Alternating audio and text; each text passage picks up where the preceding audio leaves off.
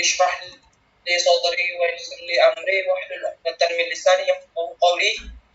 Bersyukur kepada Allah Subhanahu wa taala, bersalawat kepada Nabi Muhammad sallallahu alaihi wasallam. Pada pertemuan kita pada pertemuan pertama ini, Bapak akan menjelaskan apa yang disebut dengan akidah akhlak.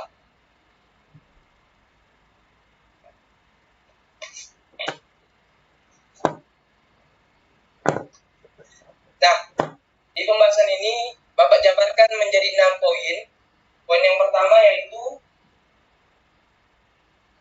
iman pada Allah. Tentu saja kita sebagai manusia untuk mengarungi kehidupan kita di dunia maupun di akhirat nanti, kita harus mempunyai bekal. Bekal yang utama yang harus kita miliki yaitu iman. Di dunia kita harus memiliki iman. Apa yang disebut dengan iman itu? Iman itu adalah mengikat. Mengikat apa? Kita itu mengikatkan diri kepada Allah dengan sadar bahwa kita itu hamba Allah. Bagaimana caranya? Yaitu dengan cara kita mengikuti rukun Islam. Representasi daripada rukun iman, rukun iman adalah rukun Islam. Apa itu rukun Islam? Rukun Islam itu yang pertama adalah syahadat, yang kedua salat. Nah, syahadat itu terdapat pada salat. Di dalam salat kita di tahiyatul awal dan tahiyatul akhir, kita mengatakan asyhadu an la ilaha illallah wa asyhadu anna muhammadar rasulullah sampai akhir. Itu kita lakukan setiap hari, setiap 5 waktu sehari, 5 kali sehari sampai setiap harinya. Nah, kita melakukan sadar bahwa kita mengimani Allah dalam perbuatan sholat kita hingga akan menjadi suatu kebiasaan. Nah, kita akan sampai kepada yang dinamakan iman kepada Allah dengan cara kita mengerjakan kewajiban kita dengan sholat. Yang ketiga adalah puasa. Puasa juga merupakan bentuk pada kita iman kepada Allah. Namun tidak hanya berhubungan dengan kepada Allah, namun puasa ini nanti akan lari kepada akhlak. Nah, yang keempat adalah zakat. Zakat untuk anak-anak sekarang memang belum dibutuhkan, namun di kemudian hari anak-anak wajib dan pelajar itu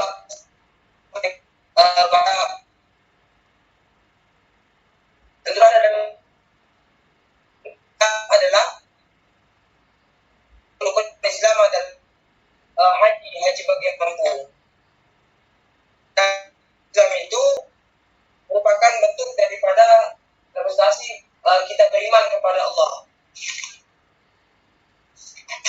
Yang kedua adalah makna Asmaul Husna.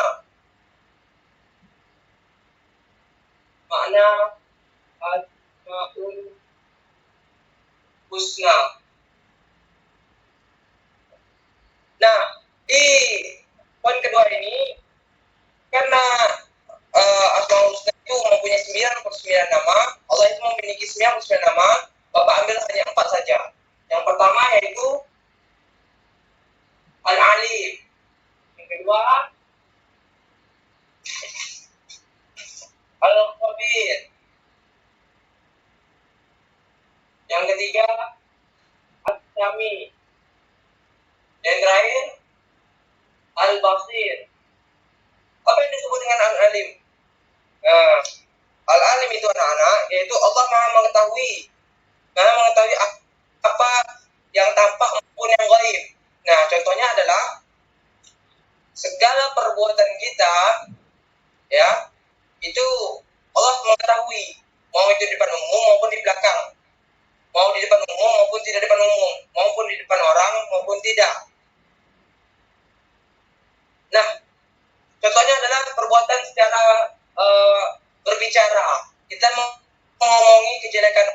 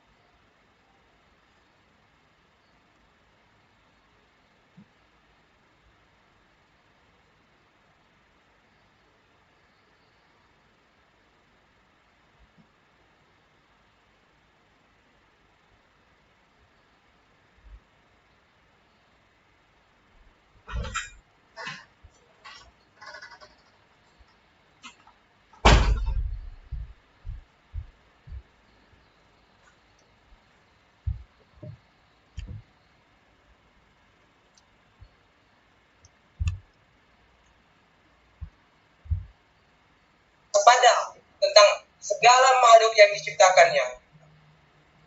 Bahkan seekor nyamuk, bahkan lalat sekalipun yang kita anggap parasit, yang kita anggap mengganggu manusia, itu pasti ada manfaatnya suatu hari nanti, atau di lain sisi memiliki suatu manfaat lainnya.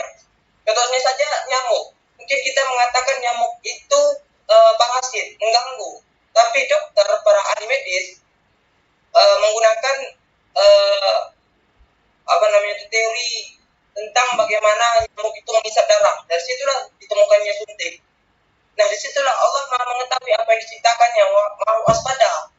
Akankah yang diciptakannya itu akan berdampak mudarat atau mudarat?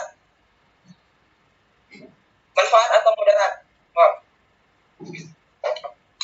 Nah, perilaku yang diwujudkan dari kita mempercayai Allah dari Maha waspada ini adalah hendaknya kita harus tetap waspada, cermat terhadap apa yang kita lakukan atau apa yang akan kita lakukan.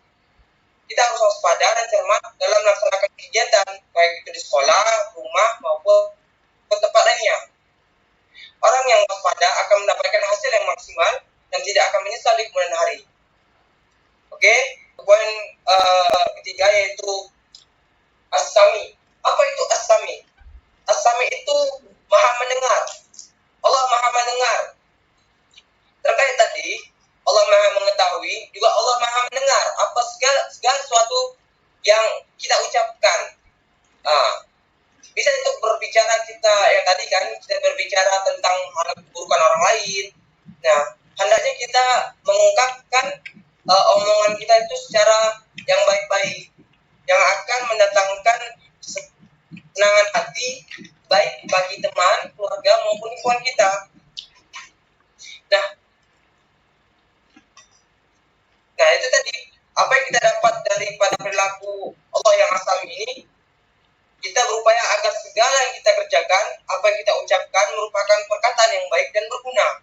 Karena kita meyakini bahwa Allah selalu mendengar segala yang kita ucapkan, bahkan yang terbesit dalam hati pun dengan Allah. Bahkan yang di dalam hati yang tadi bersifat ghaib, itu Allah mengetahuinya.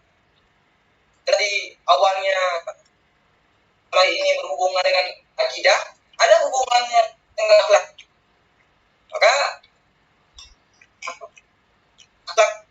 akhlak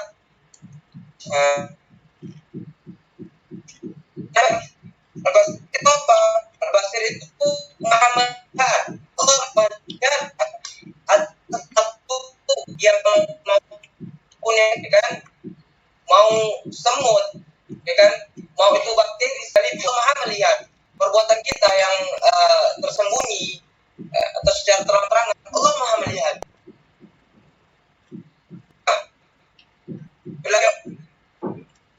Kita bahwa Allah itu Maha melihat, ya, Al-Basir adalah hendaknya kita berusaha maksimal mungkin untuk dapat melihat peristiwa-peristiwa yang terjadi di alam ini. Maka ketika kita mengatakan bahwa Allah itu Maha melihat, dan kita harus dituntut agar kita ini tidak besar kepala, karena kita ini kecil. Banyak anak-anak, mungkin anak-anak sudah mempelajari tentang geografi, ya, tentang bagaimana bumi itu, bagaimana tata surya ini, alam semesta.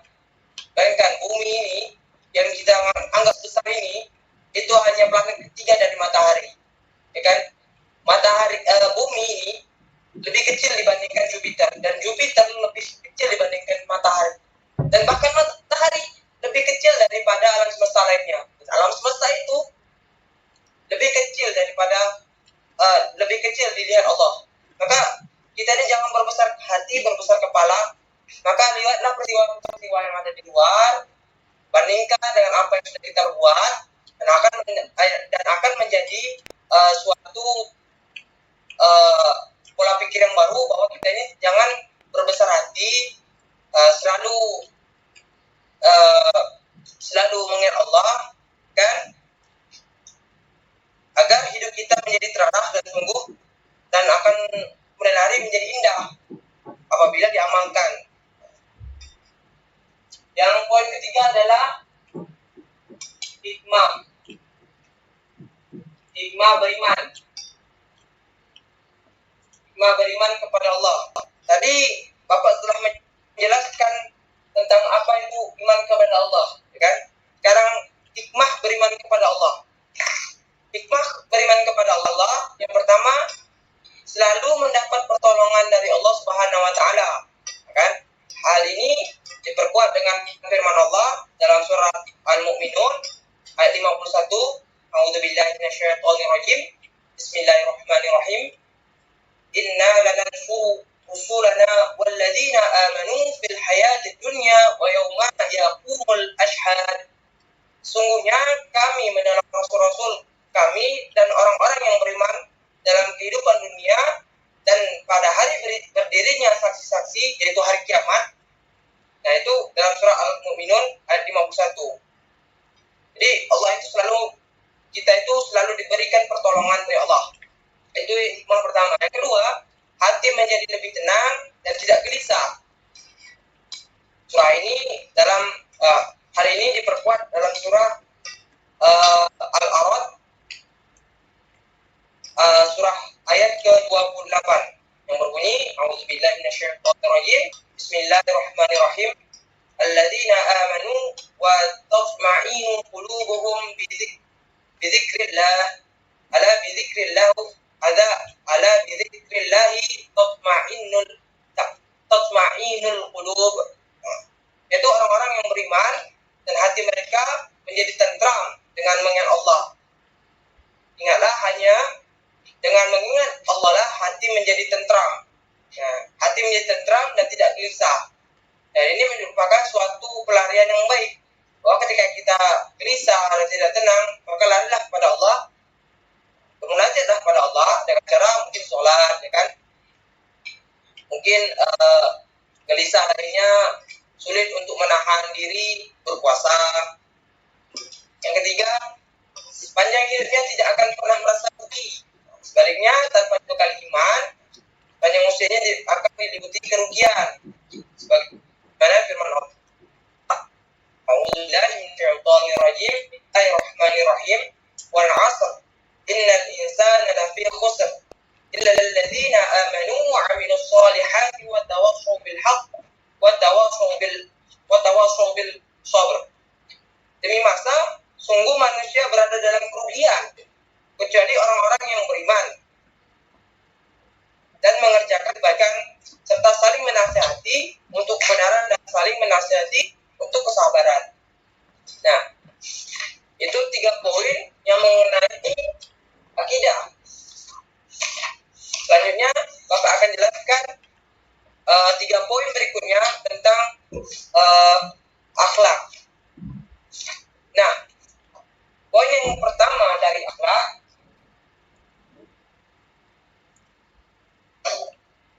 yaitu berperilaku jujur.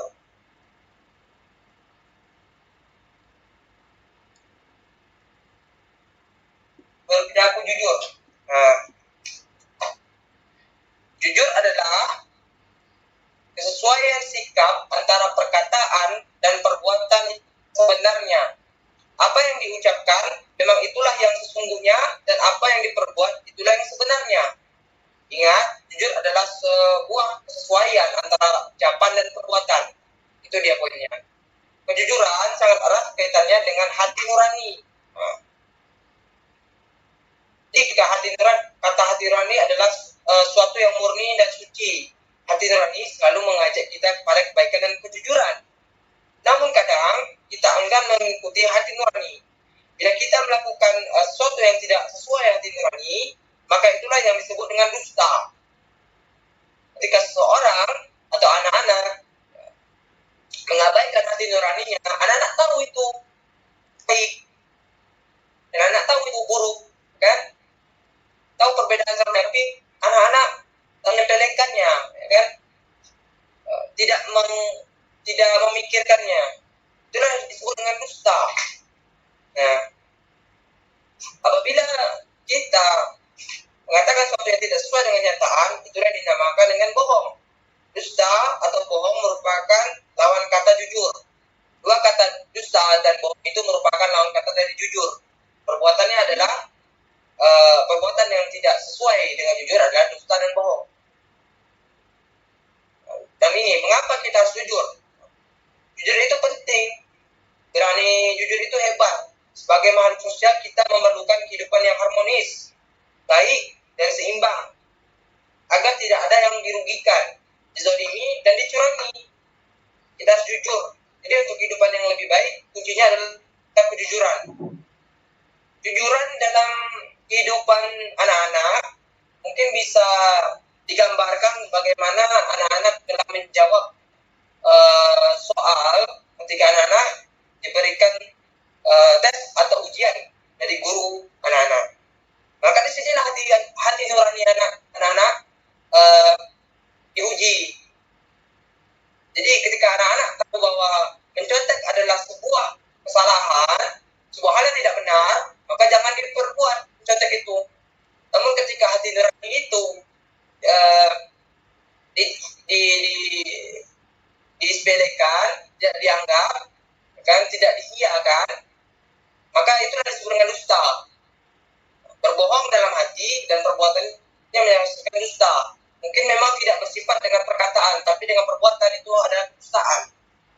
Nah, itulah salah satu contoh kecil yang anak-anak akan alami di bangku sekolah ini.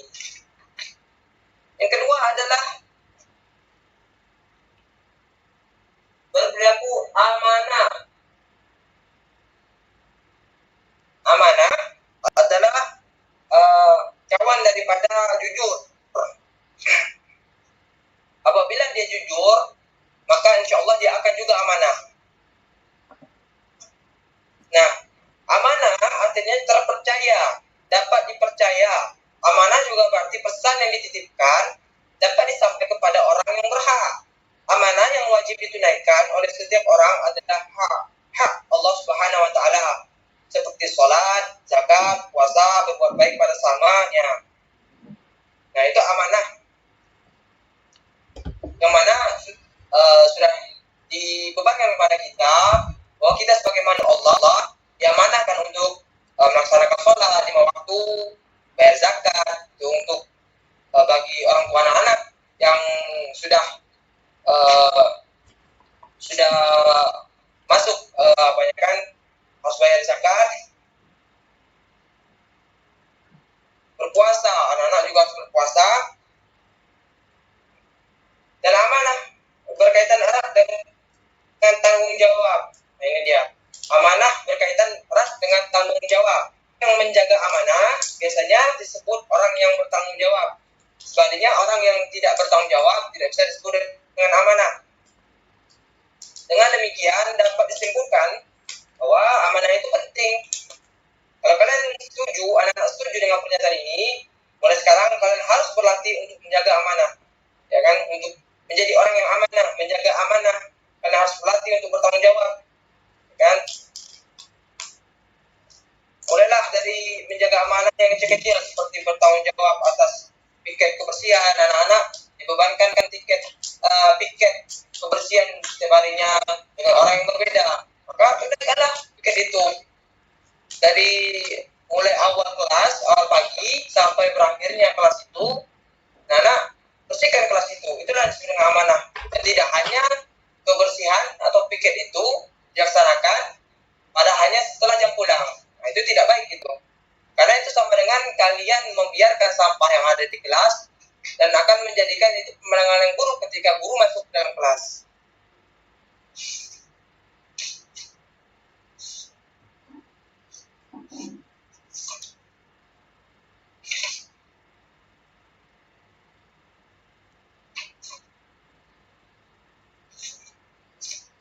Nah, itu tadi apa yang disebut dengan amanah. Hikmah dari amanah, dari pengertian,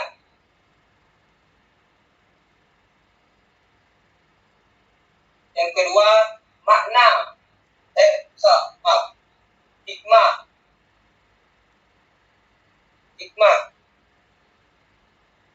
Apa hanya kita berlaku amanah, kita menjaga amanah? Yang pertama adalah dipercaya orang lain, ya kan? Ini merupakan modal anak-anak yang sangat berharga dalam menjalin hubungan di kemudian hari atau sekarang ini, agar nanti interaksi anak-anak dari sekarang sampai ke depannya akan tetap terjaga. Maksudnya seperti apa? Ketika anak-anak menjaga amanah, mungkin atau guru itu telah memberikan amanah kepada anak-anak, anak-anak menjaganya dengan baik, maka itu sebagai modal orang memandang anak-anak sebagai orang yang bisa dipercaya, bertanggung jawab. Dan di kemudian hari, ketika anak-anak membutuhkan orang tersebut bersedia memberikan pertolongan pada anak-anak, pada kalian lah. Yang kedua adalah mendapat simpati dari semua pihak, baik kawan maupun lawan. Mendapat simpati, artinya apa? Ketika kita, tadi itu, kita memerlukan pertolongan, mereka akan senantiasa menolong kita. Bahkan mungkin tanpa kita minta, mereka akan datang dengan sendirinya. Mereka menawarkan bantuan. Itulah yang disebut dengan hikmah kita berlaku amanah, yang bertanggung jawab tadi. Yang terakhir adalah hidupnya akan sukses dan dimudahkan Allah. Tentunya ketika kita berlaku yang amanah, saling tolong membantu, tolong menolong, membantu, membahu-membahu, ya kan?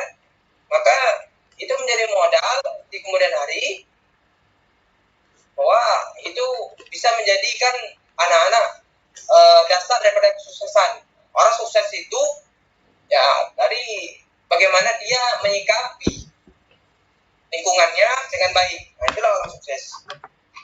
Yang ketiga yaitu perilaku amanah dalam kehidupan sehari-hari. Itu yang pertama, menjaga titipan dan mengembalikannya seperti keadaan semula. Nah, ini juga lumayan sering ini peristiwa ini. Ya, ketika kalian diberikan suatu amanah, tanggung jawab untuk memegang suatu barang, maka jagalah barang itu sampai tuannya atau si pemilik itu mengambil barang itu tersebut. Nah, itu disebut dengan amanah. Yang kedua, menjaga rahasia. Yang tadi kan barang, sekarang bersifat rahasia dan informasi. Apabila kita dipercaya untuk menjaga rahasia, baik itu rahasia pribadi, rahasia keluarga, organisasi, dan negara sekalipun, maka kita wajib menjaganya supaya tidak bocor pada orang lain. Maka amanah itu tidak hanya bersifat barang, namun juga bersifat informasi, ya kan, rahasia, tidak boleh disalahgunakan oleh suatu jabatan. Misalnya anak-anak ini dapat salah satu dari anak-anak ini menjadi ketua OSIS atau sebuah organisasi, diberikan tanggung jawab amanah, kan, OSIS kan harus menjaga barang-barang yang dipakai untuk acara-acara yang berlangsung di sekolah. Itu harus amanah itu.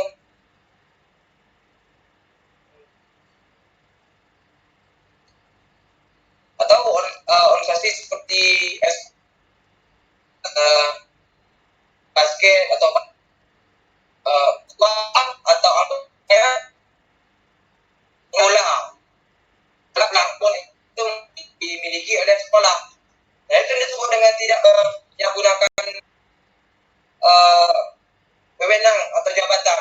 Makanya itu nanti akan berdampak pada di kemudian hari, menjadi keterbiasaan, dan hal itu akan menjadi hal yang akan menjadi daging dan akan menjadi suatu hal yang susah untuk dilepaskan. Karena dari kecil melakukan hal yang salah,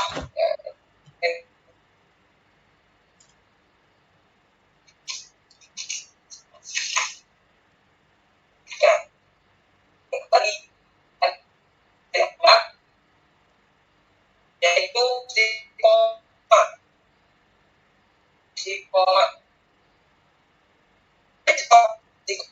itu bersifat pada tindakan dan ekspresi dalam tindakan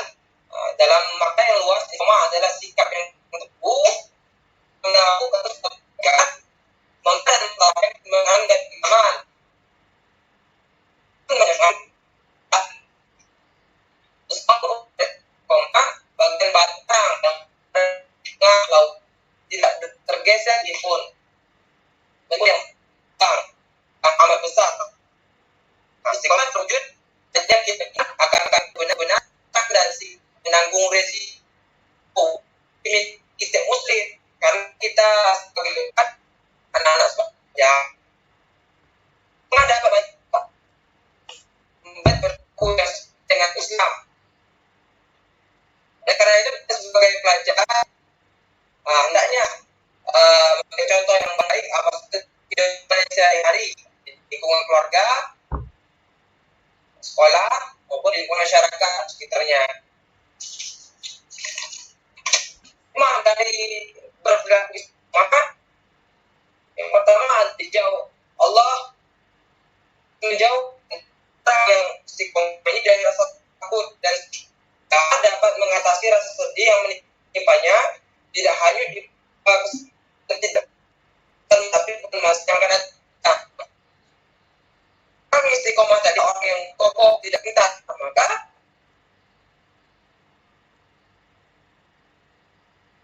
daripada dari melakukan istiqomah mereka akan sedih. Itulah salah satu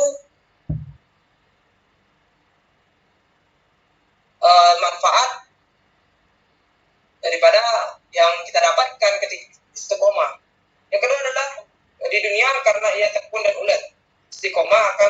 Orang yang istiqomah akan mendapatkan kesuksesan dalam kehidupan di dunia karena ia tekun dan ulet. Yang terakhir, orang yang istiqomah dan selalu sabar, pendidikan sholat akan selalu dilindungi Allah Subhanahu Wa Taala. Tadi sudah hikmahnya. Sekarang perilaku istiqomah dalam kehidupan sehari-hari. Kan, yang pertama adalah selalu menjalankan perintah Allah dan menjauhi larangannya dalam keadaan apapun dan dimanapun. Yang kedua, melaksanakan sholat tepat pada waktunya, belajar terus-menerus hingga paham, selalu menaati peraturan baik yang ada di rumah, sekolah maupun di masyarakat. Dan terakhir, selalu menjalankan kewajibannya dengan rasa senang dan nyaman dan tidak merasa dipaksa sehari-hari. Oke, sampai di sini yang bisa Bapak jelaskan. Di kemudian hari atau besok pertemuan berikutnya, anak-anak siapkan saja pertanyaan mungkin akan Bapak tanyakan terkait tentang akidah dan akhlak ini. Bapak tutup. Assalamualaikum warahmatullahi wabarakatuh.